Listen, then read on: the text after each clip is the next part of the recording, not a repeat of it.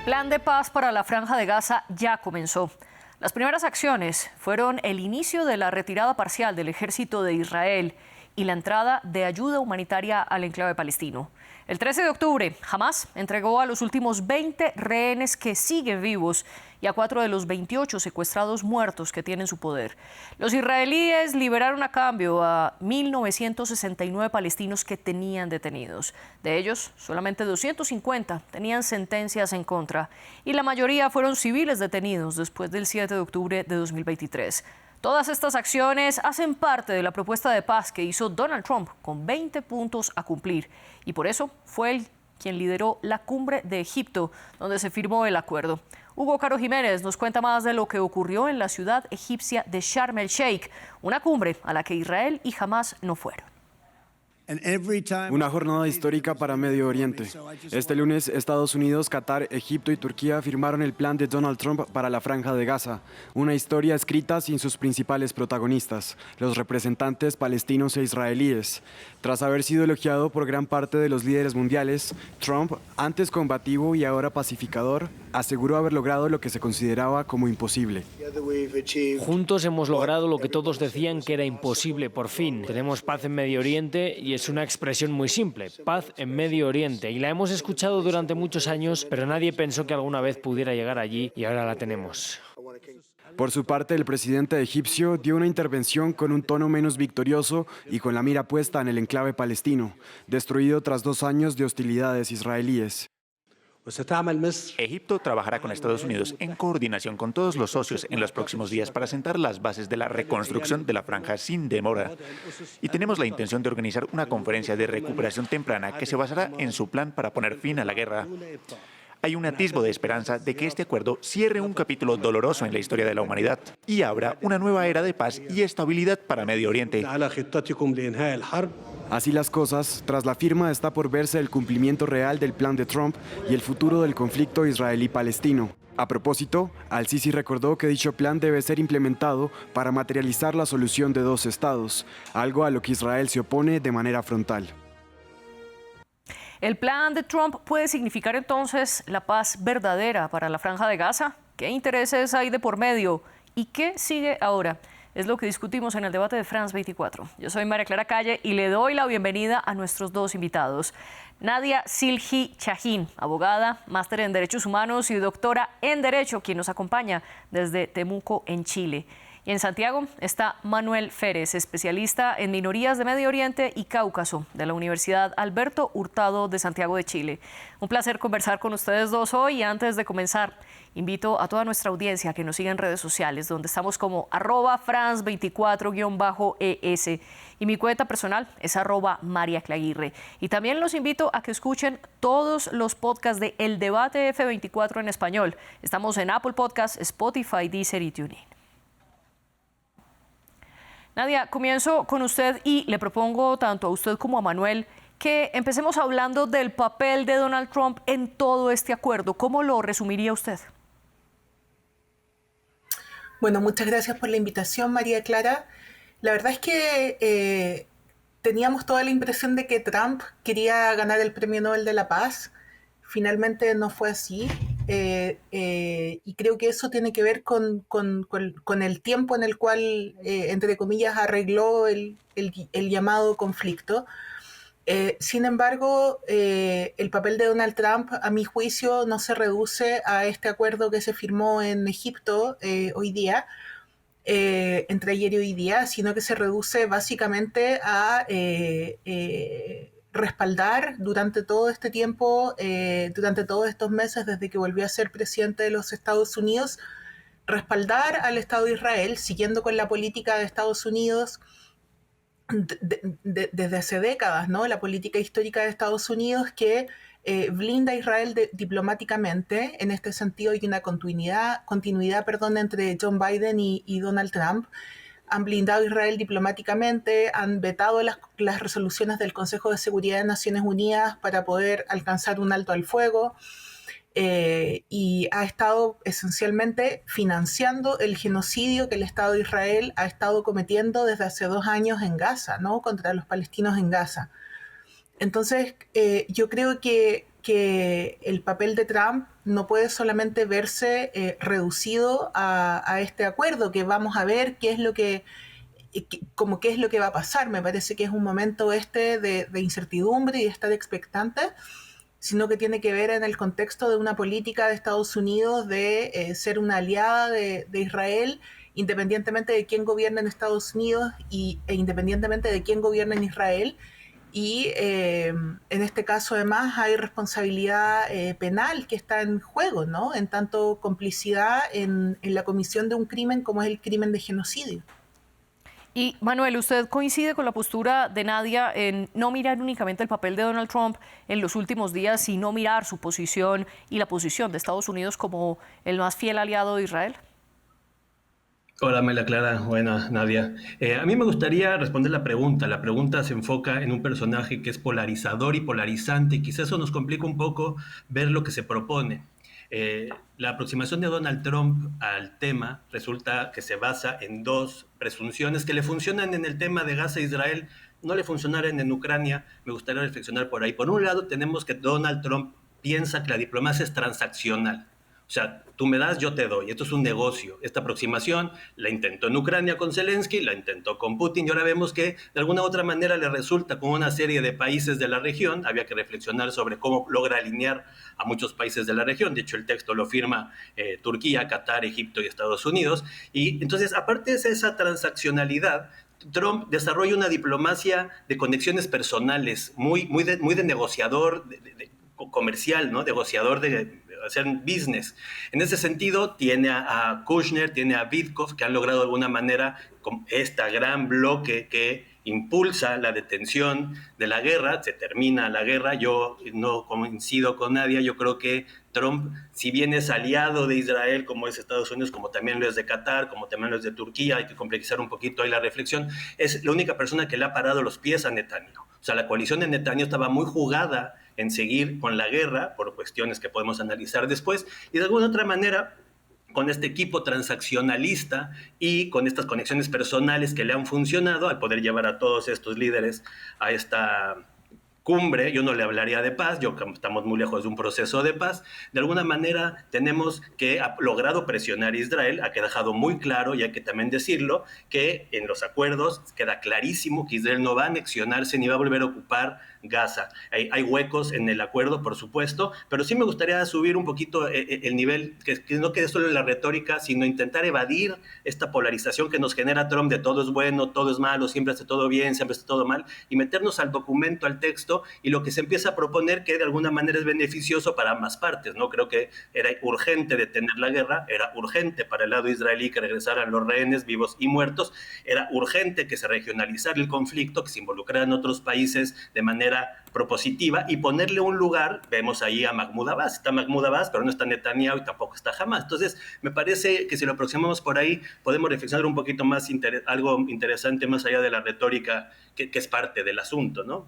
Y antes de profundizar en ese acuerdo de paz que usted menciona, o en ese acuerdo de 20 puntos de Donald Trump, quiero preguntarle a Nadia sobre el primer elemento que pone Manuel sobre la mesa. Él dice que uno de los puntos de la manera, de la presunción de Donald Trump, es que la diplomacia es una transacción. ¿Usted coincide con esto? ¿Se vio eso acaso en el discurso de Donald Trump ante la Knesset del Parlamento de Israel y también en Sharm el Sheikh una vez firmado ese documento por Qatar, Egipto y Estados Unidos y también por Turquía? ¿Eso refuerza la idea de que Donald Trump ve la diplomacia como una transacción? A ver, yo creo que en realidad la parte palestina, por mucho que la autoridad palestina haya asistido a Egipto, no está representada. Me parece que las voces palestinas no han sido partes de todo esto. Me parece que el derecho a la autodeterminación del pueblo palestino, como ha sido reconocido en innumerables oportunidades en instrumentos jurídicos internacionales, no está sobre la mesa, ¿ya? Y yo creo que eso es absolutamente fundamental porque puede llevar a un fracaso de esta cuestión, ¿no? que se negoció y que se aprobó estos días. Pensemos que Mahmoud Abbas es presidente hace 20 años de la Autoridad Palestina, no ha habido elecciones recientemente, tiene una coordinación de seguridad con Israel, y pese a eso, pese a acatar las condiciones israelíes y ayudar a Israel a terminar con la resistencia palestina, concretamente en Cisjordania, no fue permitida su entrada a la Asamblea General de Naciones Unidas en Nueva York a fines de septiembre, ¿no? Estados Unidos pretextó razones de seguridad, argumentó algo relacionado con el terrorismo, como ya había hecho el año 88 en relación con Yasser Arafat. Aquella vez la cumbre se movió a Ginebra, ¿no? A donde está el Consejo de Derechos Humanos de la ONU. Esta vez se mantuvo en Nueva York y Mahmoud Abbas participó por videoconferencia. El tema no es la utilización o no de los medios tecnológicos. El tema es por qué, si hay medios tecnológicos, entonces no nos conectamos todos por medios tecnológicos y son los palestinos los que siguen estando en una posición desmedrada, aún manteniendo una relación de subordinación en relación a Estados Unidos e Israel, ¿no? Entonces, en relación a qué tan transaccional es este acuerdo, a mí me parece que es un acuerdo que claramente beneficia a Israel y beneficia a Estados Unidos, ¿no? En tanto dupla, que es lo que han sido y siguen siendo.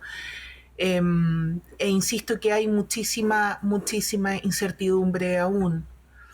Usted dice que las voces palestinas no están presentes a pesar de la presencia en Egipto de Mahmoud Abbas, el líder de la Autoridad Nacional Palestina, que como usted bien lo dice, lleva cerca de 16 años en el poder. Nadia, ¿quiénes deben ser entonces esas voces para representar a los palestinos?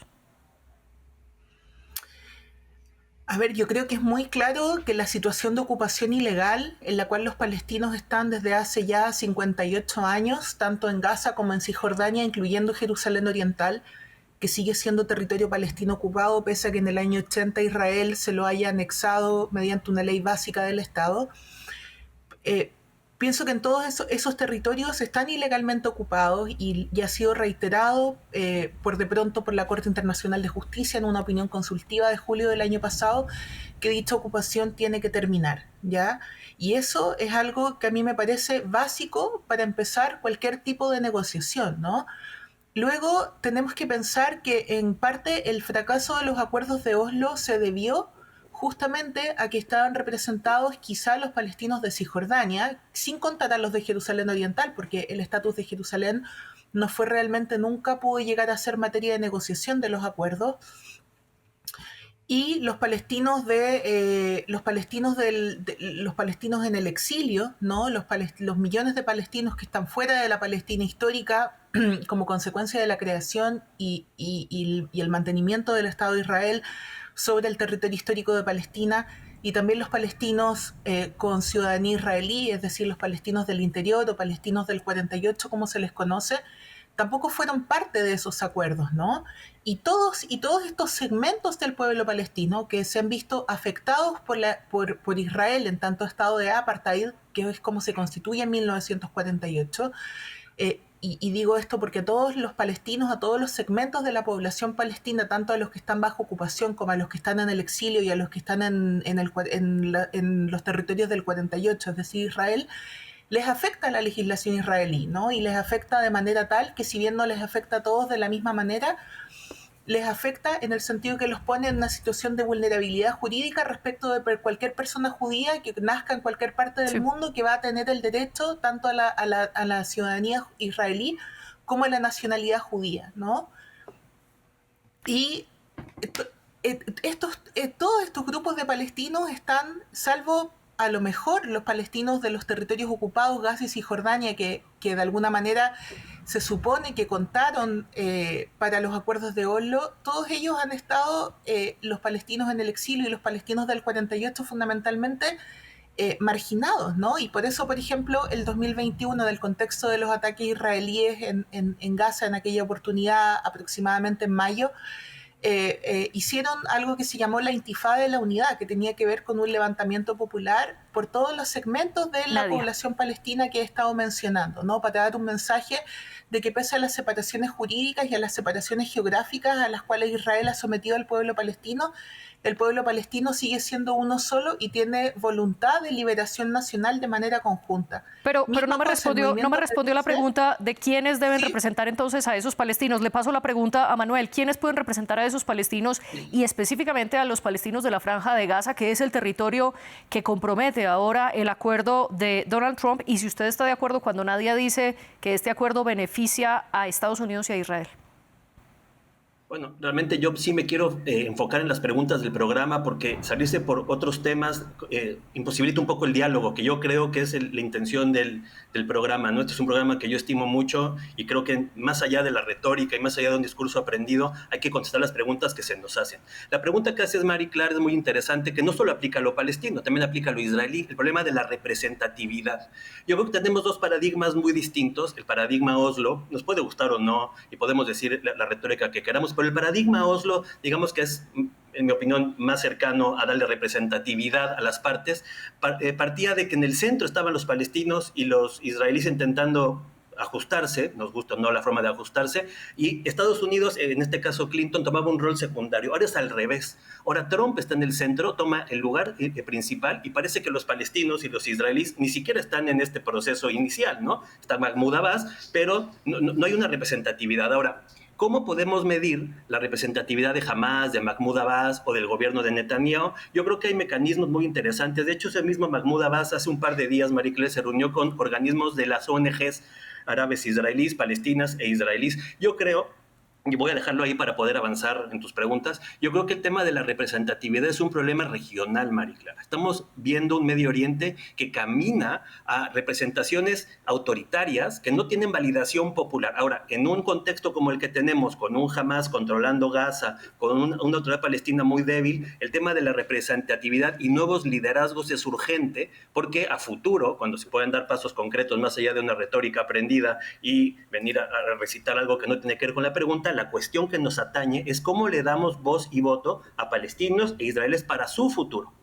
Es una muy buena pregunta que creo que este acuerdo no lo toma en cuenta en esta fase. Este es un proceso gradual, María Clara, que veremos si podemos ir avanzando en las siguientes fases que nos proponen.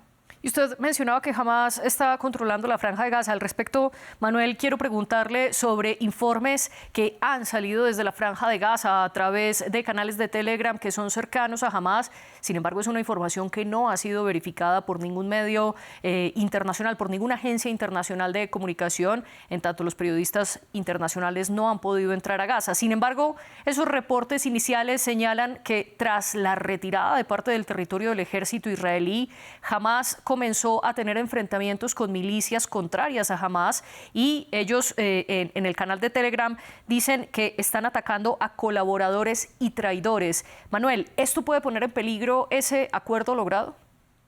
¿Y cómo lograr también que Hamas deje las armas, que es uno de los puntos de Trump? Yo creo que hay dos puntos muy candentes en las propuestas de Trump. Por un lado, la capacidad que tengan estos países de la región, que yo creo que es bastante colonialista desde afuera decir los que adentro tienen que hacer, pero hay que acompañarlos. Estos países de la región tendrán la capacidad de convencer a Hamas de transitar a una desradicalización, como, voy a poner dos ejemplos que podemos debatir, pasó en Irlanda con el IRA, pasó en la ETA en el País Vasco. O sea, hay procesos de radicalización y volverse fuerzas políticas.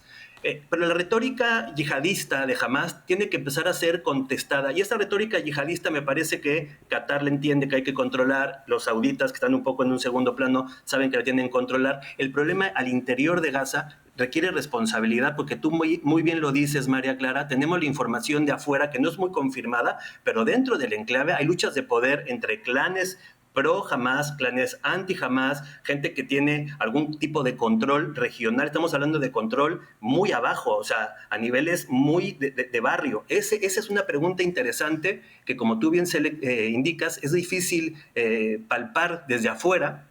Pero al final de cuentas, María Clara, y aquí termino para que hable Nadia, creo que aquí la cuestión es si vamos a poder ayudar el primer paso de la desradicalización de Hamas y la desmilitarización, pero también del lado de Israel, tiene que permitirse esa entrada de aire para que la sociedad israelí, que está harta de Netanyahu y su coalición minoritaria, Smotrich y Ben-Gvir salgan. Netanyahu tiene que enfrentar la justicia israelí e internacional. Su coalición se mantiene de los hilos. Yo creo que estamos viendo los últimos momentos de Benjamín Netanyahu. Quedó muy claro en el discurso de Trump en la Knesset cómo él estaba indicando a Netanyahu que está terminando su tiempo. Y de hecho, cuando hablaba Vitkov, no sé si lo vieron ustedes, seguro aquí en tu programa lo mandaron, cada vez que Vitkov hablaba en Tel Aviv ahora con Kushner en esta charla abierta, cada vez que se mencionaba Netanyahu se abuchaba. Yo creo que hace mucho bien, más allá de la retórica muy aprendida y repetida cada vez que se le pregunta a alguien, ¿cómo podemos hacer que esas voces internas se empoderen? Nuevos liderazgos israelíes, nuevos liderazgos palestinos que acompañen a estos esfuerzos regionales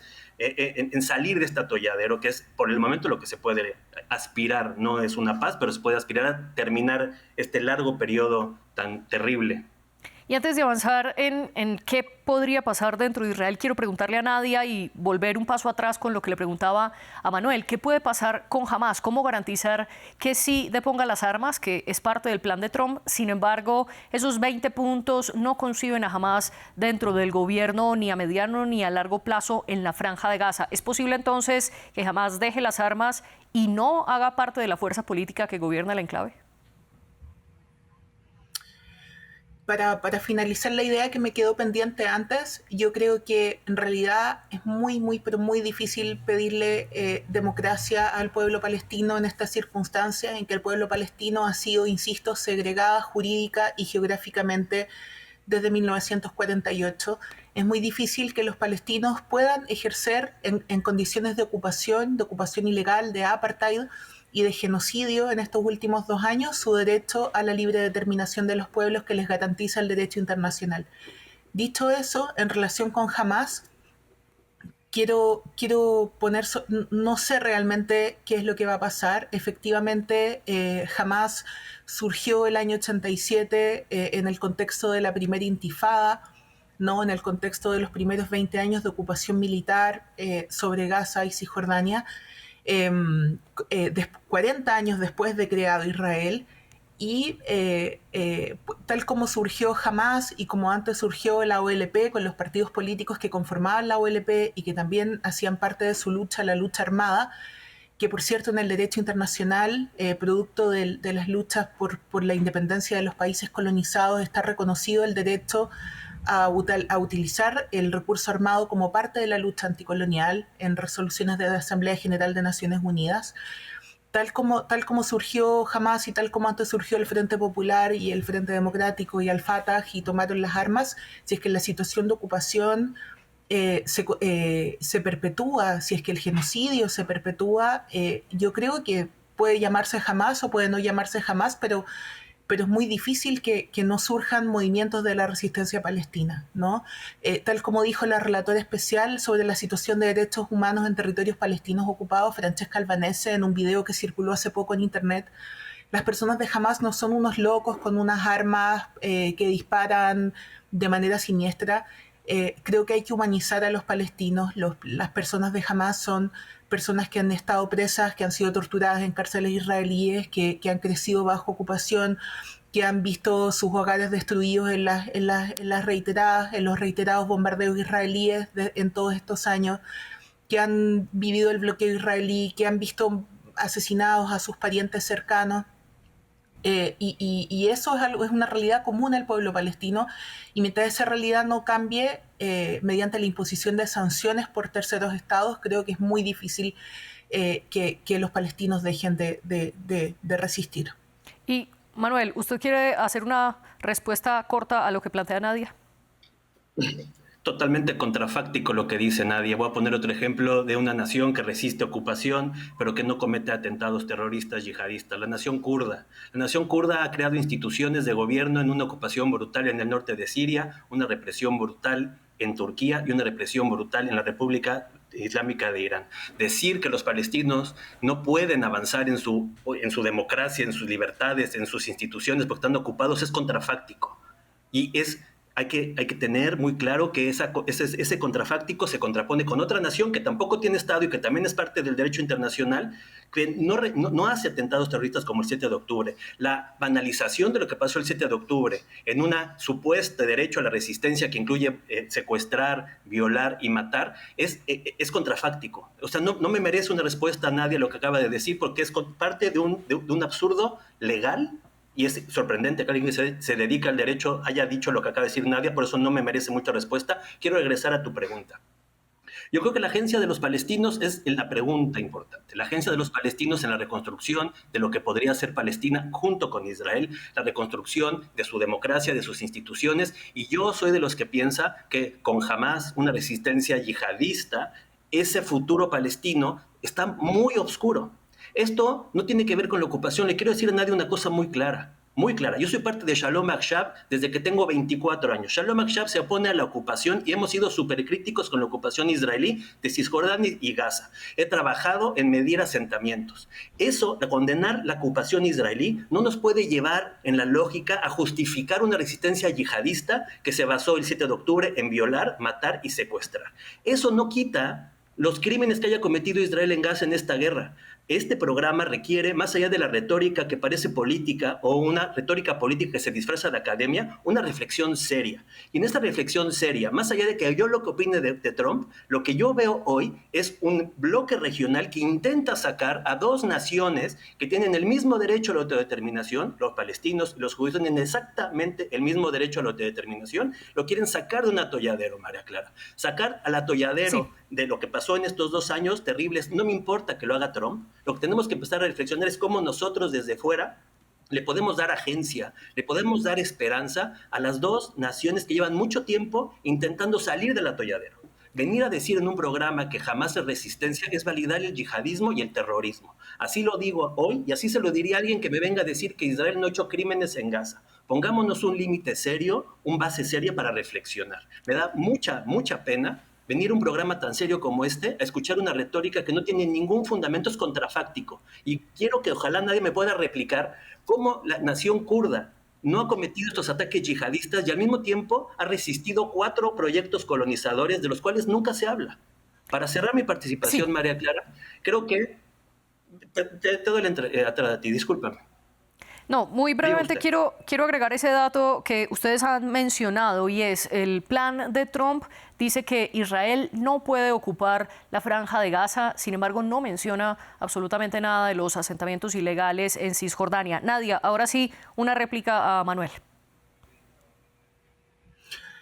A ver, hay un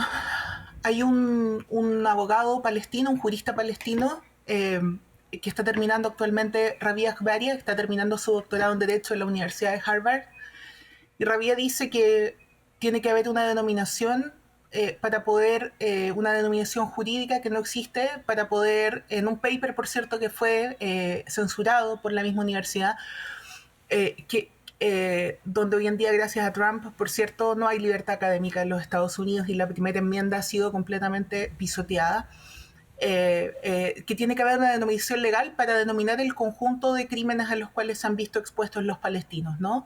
Y no solamente crímenes internacionales en el sentido jurídico, sino conceptos también que vienen más bien de las ciencias políticas y sociales y que también se aplican al caso, ¿no? El proyecto colonial israelí es un proyecto colonial de asentamientos que se basa esencialmente en la limpieza étnica del pueblo palestino, es decir, en la eliminación del nativo para instalar población foránea europea. Israel quiere controlar la mayor cantidad de territorio con la menor cantidad de palestinos, ¿no? Y es evidente que es así porque ¿qué otra cosa es el hecho de que a la gente en Cisjordania se le expulse, se le confine cada día más para agrandar los asentamientos, de que a los palestinos del 48 no se les permita remodelar sus casas ni construir casas nuevas, que son los palestinos que supuestamente viven en una democracia, etcétera?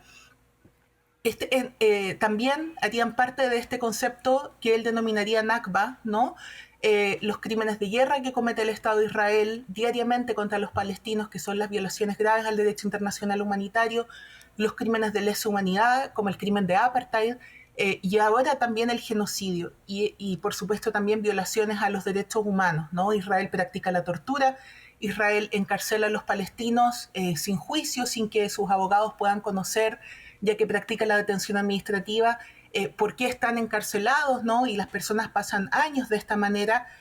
Las personas, por cierto, de territorios ocupados son encarcelados dentro de Israel mismo, y la verdad que podría hablar por horas, extenderme sobre las violaciones a los derechos humanos que comete el Estado de Israel contra el pueblo palestino. Creo que cada pueblo colonizado, cada situación de ocupación, si se quiere, tiene características peculiares. Y en el caso de los palestinos, me parece a mí que la suma de todo esto, que es algo que continúa el día de hoy y desde el 48, que recibiría el nombre de Nakba, ¿no? Catástrofe en árabe, que sería el equivalente a decir el holocausto, ¿no? Que es como se denomina generalmente el genocidio que sufrieron los judíos en Europa, por ejemplo.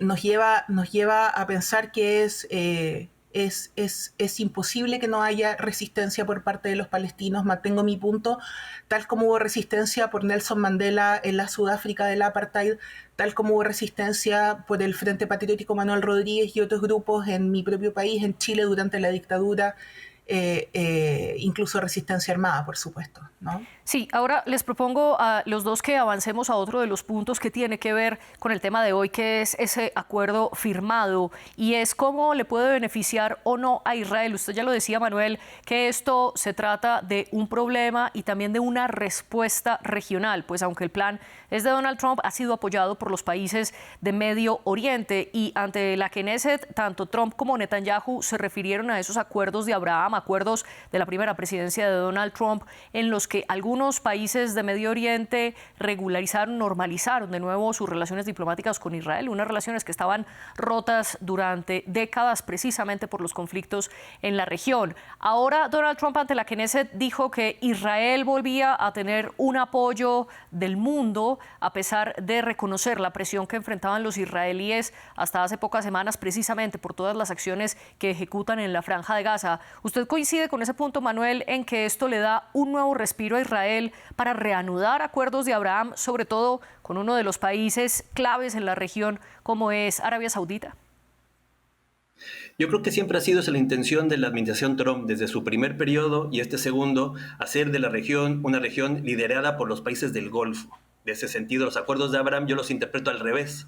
Para mí los acuerdos de Abraham es como involucrar a Israel en ese nuevo Medio Oriente liderado por Emiratos Árabes, Arabia Saudita, Qatar, un país que acaba de firmar un acuerdo de protección con Estados Unidos militar impresionante. O sea, Trump hizo que Netanyahu le hablara a los cataríes a pedirle disculpas por ese ataque israelí a Qatar. Entonces, cuando vemos los acuerdos de Abraham, María Clara, no como algo liderado por Israel, sino algo a lo que se está intentando que Israel se sume, adquieren más sentido. Es una regionalización del Medio Oriente que va a tener el centro de poder en el Golfo.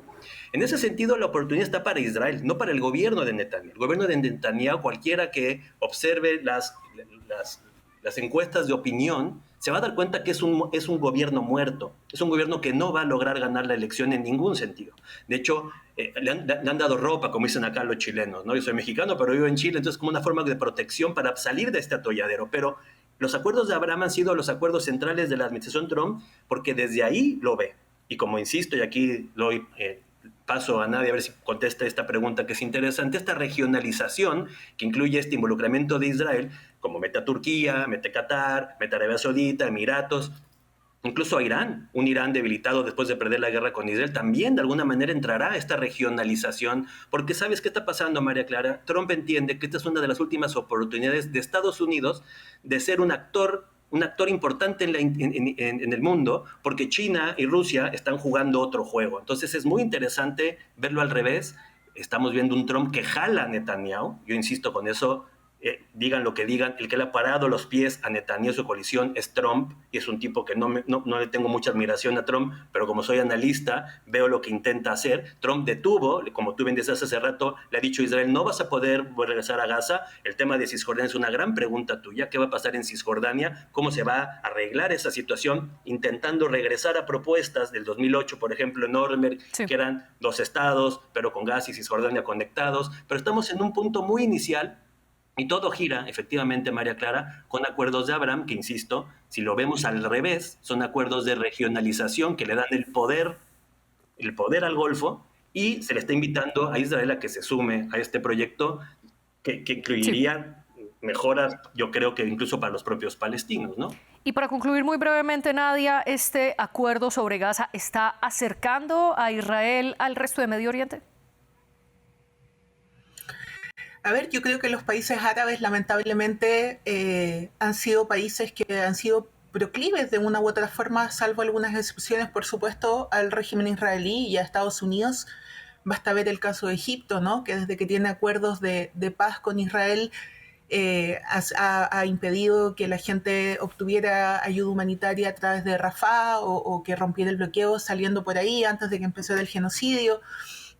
Mujeres palestinas muriendo de cáncer de mama por no poder acceder a radioterapia, ya que Israel no permitía la entrada de estos equipos a Gaza y por tanto y tampoco podían salir ni siquiera por Rafah, gracias a que los egipcios tienen acuerdos de paz con Israel, entonces tampoco las dejaban salir y respetaban este bloqueo. O sea, una vez leí que todos los países árabes quieren a Palestina, pero nadie quiere a los palestinos, y la verdad que creo que es real.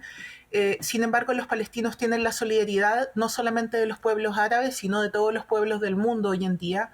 Me parece que eso está muy claro y como prueba de eso me parece que algunos estados llamados occidentales se vieron obligados recientemente a reconocer un estado palestino. Nadia, la voy a interrumpir creo aquí. Que se ha materializado. Sí. Discúlpame, la interrumpo. Nos hemos quedado lastimosamente sin tiempo. Sin embargo, Nadia Silhi, Chaín y Manuel Férez, les agradezco su participación en el debate, un programa que fue producido por Laura Garzón y Tania Herrera. Ustedes vean más en france24.com.